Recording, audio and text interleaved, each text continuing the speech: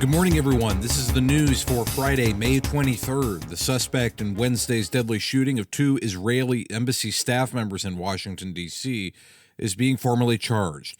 Interim U.S. Attorney for the District of Washington, Jeanine Pirro, made the announcement. Murder in the first degree for the murder of 30-year-old Yaron Levshinsky, a foreign official and official guest of the United States.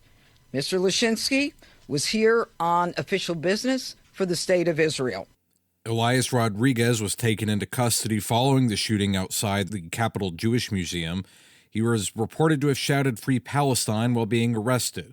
U.S. Attorney General Pam Bondi said the death penalty for Rodriguez is a possibility.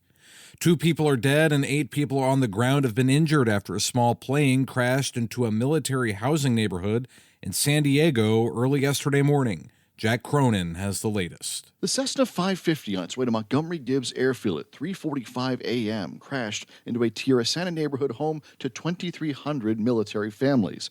It hit 10 homes along Sample Street. When I came in this morning at about 4 o'clock, there was very dense fog as we came in. It was dense fog throughout the whole plateau that we had up here. We do have a clipped power line behind us. NTSB and FAA are looking into that to see if that was part of the problem as it came in. They will have a better understanding of that as they do the investigation. San Diego Fire Rescue Assistant Chief Dan Eddy saying it initially appears the 2 people on the plane who died were the only ones on board. 100 people were evacuated from homes in the military housing community. I'm Jack Cronin. The Department of Homeland Security is blocking Havard Univeristy from enrolling foreign students.